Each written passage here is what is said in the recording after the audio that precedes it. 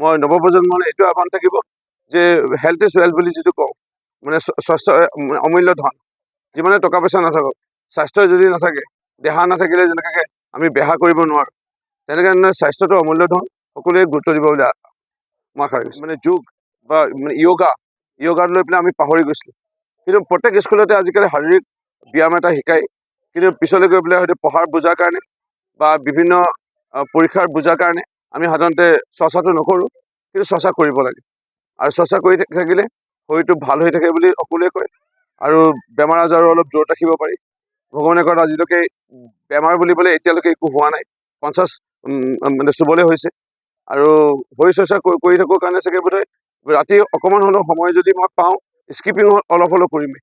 আৰু যিটো অলপ হ'লেও ৱাৰ্ম আপ কৰা লৈ পেলাই যিখিনি কৰিব লাগে সেইখিনি কৰি পেলাই নিজৰ স্বাস্থ্যটো ভালকৈ ৰাখিছোঁ। কথা মায়ো কৰি আহিছিল, আৰু মই নিজেও শৰীৰ চৰ্চা কৰোঁ।